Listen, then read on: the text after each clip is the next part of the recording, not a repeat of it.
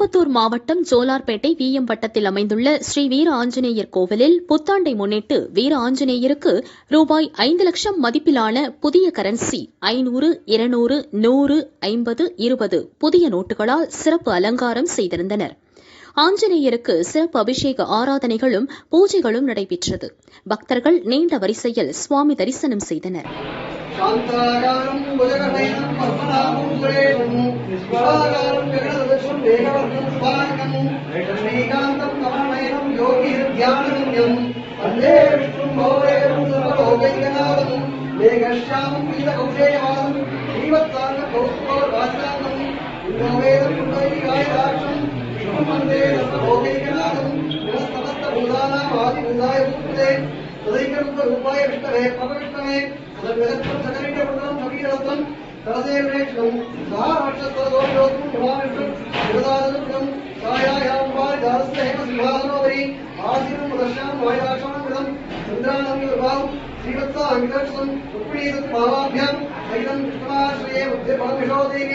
निर्भयत्वं